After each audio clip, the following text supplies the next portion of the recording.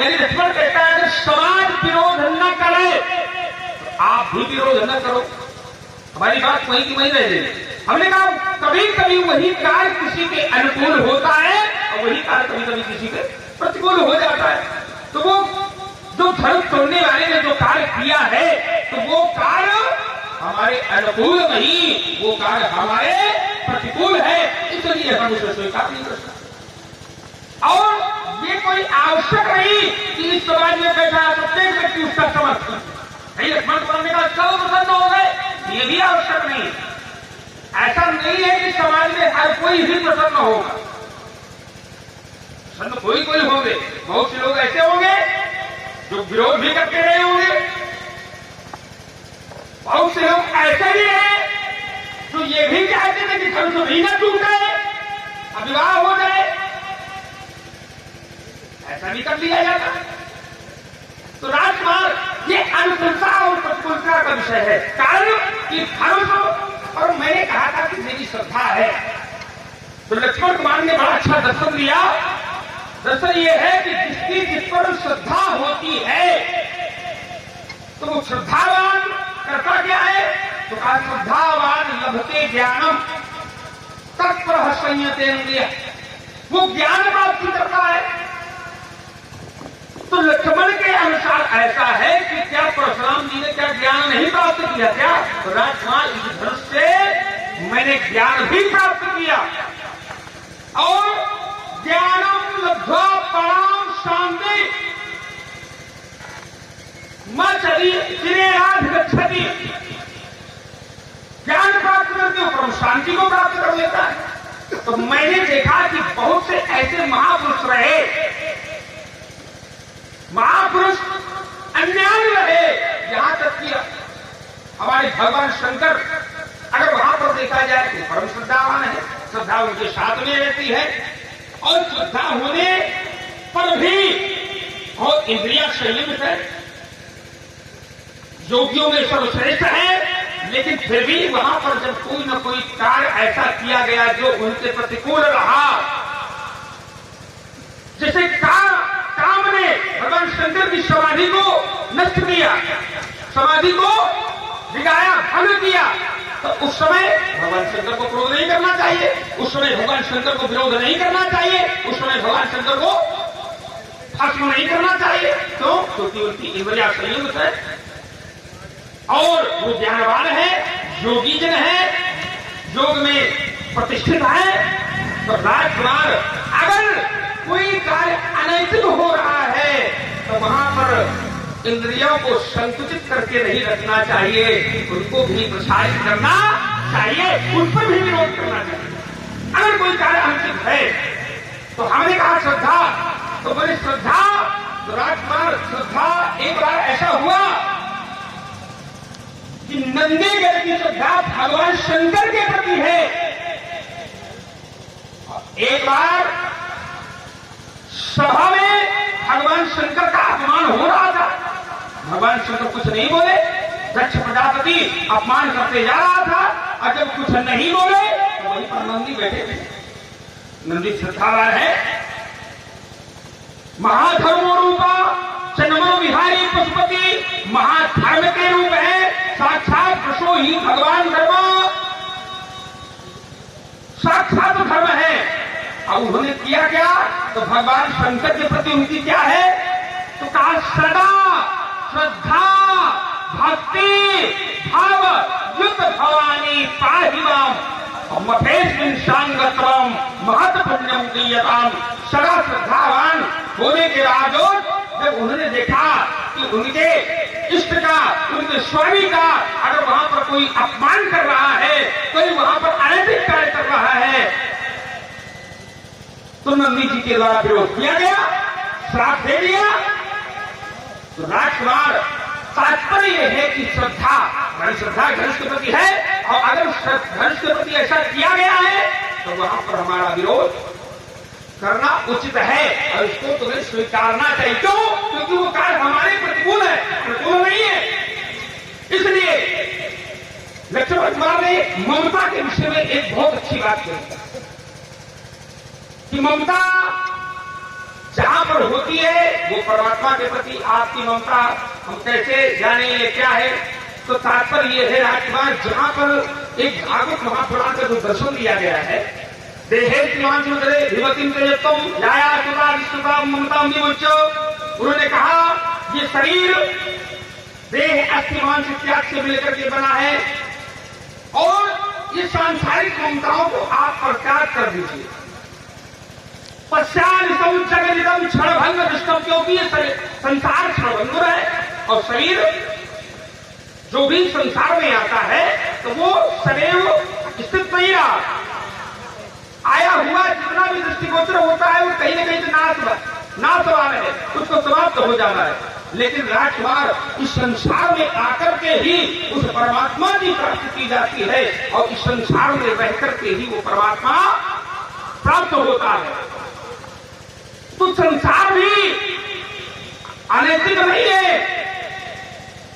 अगर कुछ प्राप्त करना है तो संसार में रहकर की भी प्राप्त करने वाले प्राप्त कर लेते हैं। उस परमात्मा को भी बाध्य होना पड़ता है इस संसार में आने के लिए। और वैराग्य राग को भवभक्ति निष्ठा, यानी जो संसार के प्रति राग करे तो वो राग अनैतिक है। अब वही राग अगर परमात्मा के प्रति हो जाए, जो राग परमात्मा के प्रति हो जाए तो वो नैतिक है। वैराग एक है राग, दूसरा है अनुराग और तीसरा है वैराग। तीन शब्द बने, राग, वैराग और अनुराग। तो राजकुमार जो सांसारिक राग है उस सांसारिक राग को त्याग करके अगर परमात्मा में उसी राग को स्थित कर दिया जाए तो वही अनुराग हो जाएगा और जब अनुराग हो जाएगा तो परमात्मा से। थोड़ी बात है यहाँ पर, इसी तीन शब्दों पर आइए। संसार राग माने आसक्ति, संसार के प्रति आसक्ति राग कहलाता है। और अनुराग जो राग के पीछे है, अनुपसर्ग लगा हुआ है यहां, अर्थात होए न गढ़ अनुराग। समझ गए होंगे, बिन सत्संग न हरि कथा ते बिन मोह न भाग। मोह गए बिन राम प्रद होए न दृढ़। जब तक मोह नहीं जाता है तब तक अनुराग नहीं होता। तो अर्थात आसक्ति हटे तब अनुराग हो। और वैराग्य क्या है? जिसका अपभ्रंश है विराग, वी उपसर्ग लगा हुआ विशेष राग। ये क्या है? तो योग दर्शन में बताया गया, दृष्टान श्रविक विषय विप्रशस्त वशीकार संज्ञायित वैराग्यम। दृष्ट जो कुछ भी दिखाई दे रहा है, अनुश्रविक जो कुछ भी सुनाई दे रहा है, विषय तृष्णा, इन सबको जो अपने वश में कर लेता है वो वैराग्य। अब क्या महात्मा जी ने अपने जीवन में बस में कर पाए? अब देखिए 24 जोड़े दे रहा हूं। जिस समय धनुष टूटा, अयोध्या महेंद्र चल रहे थे, भगवान शंकर के भक्त हैं। तो जो भगवान शंकर के भक्त हैं तो संसार की ध्वनियों की ओर या शब्द की ओर या कानों के द्वारा सुनने की जो शक्ति है उसकी ओर ध्यान नहीं जाना चाहिए। लेकिन आपने क्या सुना? तेही अवसर सुने शिव धनु भंगा, और सीधे चले आए। भगवान शंकर को छोड़ दिया, तो मनोतम कर रहा हूं, क्या है? अच्छा, ये वैराग्य है कि राग है? अब आप लोग समझ लो। इसलिए महात्मा जी कथनी और करनी में बहुत अंतर है। हम ये नहीं कहते भगवान शंकर के प्रति आपकी भक्ति हो, हम कोई प्रश्न चिन्ह नहीं लगाएंगे। लेकिन आज यहां पर आकर के राजा जनक के अति क्रोध में कठोर वाणी का प्रयोग करना, ये कहीं न कहीं राग, आसक्ति, मोह, ममता को ही प्रदर्शित करता है। क्योंकि वाणी की तपस्या का महत्व जानते हो कब है? तो ब्रह्मवाणी कहती है, अनुदेव कर्म वाक्यम सत्यम प्रिय हितम चायत। अर्थात लोग समझ गए होंगे, करने की जरूरत नहीं, एक एक शब्द में अलग अलग कहते हो। अनुद्वेग करण वाक्यम सत्यम प्रियहितम चायत। आगे क्या है? स्वाध्याय अभ्यसनम चयु वाङ्मय तत्पच्यते। ये वाणी की तपस्या। तो ऐसे वाक्य, ऐसे शब्द नहीं बोलने चाहिए जो दूसरे को विचलित करें। शब्द सत्य हो, प्रिय हितम और प्रिय हो। लेकिन महात्मा जी के शब्द कैसे हैं? अदृश्य बोले, वचन कठोरा। और देखिए एक ज्ञानी महात्मा क्या कह रहे हैं? संबोधन देखिए, कहू जल जगत धनुष का तोड़ा, वेग दिखाओ मूल। सोच रहे ज्ञानी महात्मा बोल रहे हैं, जड़ और मूल। परिणाम क्या हुआ? अति डर उतर देख नृप नाही। जिनको प्रसन्न होना चाहिए कि महात्मा जी आए हैं, संत जी आए हैं, ऋषि आए हैं, मुनि आए हैं, वो संत समाज सब डर रहा है। सुर देवता मुनि नाग नगर नर नारी और सोचे सकल त्रास। प्रसन्न कौन है? अतः संत महात्मा की वाणी से अच्छे लोग प्रसन्न हो और बुरे लोग डरे। और यहाँ का उल्टा हो रहा है, जितने अच्छे हैं वो सब डर रहे हैं। सुर मुनि नाग नगर नर नारी सोचे सकल त्रास। और प्रसन्न कौन है? जिनको डरना चाहिए वो प्रसन्न है। कुटिल भूप हर से। यार उल्टे कार्य क्यों हो रहे हैं? हम यही तो, इसी तो चक्कर में हम पड़े हैं। उल्टे कार्य नहीं होना चाहिए।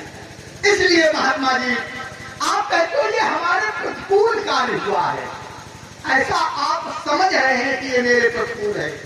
कभी कभी जो प्रतिकूल दिखाई देता है उसमें अनुकूलता छिपी होती है। बहुत अच्छा उदाहरण दे रहा हूं। कभी कभी जो प्रतिकूल दिखाई देता है उसमें अनुकूलता छिपी होती है। जैसे ग्रीष्म ऋतु आती है, सूर्य की किरणों से हवा विचलित होते हैं उनके तेज से। ऐसा लगता है कि वातावरण हमारे प्रतिकूल है, लेकिन कहीं न कहीं उस प्रतिकूलता में अनुकूलता छिपी है। अगर गर्मी ना हो तो क्या उस गर्मी के प्रभाव से जो मेघ बनते हैं और जल का वर्षण होता है, क्या हो सकता है क्या? अब मैं एक गीत दे रहा हूं, रस को परिवर्तित भी कर दूं, क्योंकि ज्यादा अगर तर्क होगा, तर्क कम करेंगे ये तो चलता ही रहेगा, लेकिन रस को भी दे दूं। अंगारे बरसा अंबर ने, अंगारे बरसा अंबर ने, जला अवनि का तन तड़पाया, ज्वलित थपेड़ों से मारुत के, ज्वलित थपेड़ों से मारुत के, इन पाषाणों का हृदय जलाया। क्षण में यह सारी निष्ठुरता उन मेघों का जलदान बन गई। यही है प्रतिकूलता में अनुकूलता। क्षण में यह सारी निष्ठुरता उन मेघों का जलदान बन गई। मुनि विपत्ति वरदान बन गई, मुनि विपत्ति वरदान बन गई। तो जहां प्रतिकूलता दिखाई दे कभी घबराना नहीं चाहिए, कभी ये न सोचना चाहिए कार्य प्रतिकूल है तो उचित नहीं है। प्रतिकूलता में अनुकूलता को देख लेना, ये संत महात्माओं के ही लक्षण होते हैं। संत महात्मा ऋषि मुनि प्रतिकूलता में घबराते नहीं है, विचलित नहीं होते, बल्कि धैर्य रखते हैं। और आज आप विचलित हो रहे हैं। धनुष का टूटना कोई प्रतिकूलता का कार्य नहीं है, और अगर प्रतिकूलता का कार्य होता तो देख लोग सब, इस शब्द पर ध्यान दें, देख लोग सब भय दुखारे, केवल परशुराम जी दुखारे। इसलिए सुनो लक्ष्मण कुमार के सुनो देव, सब धनुष समाना ऐसा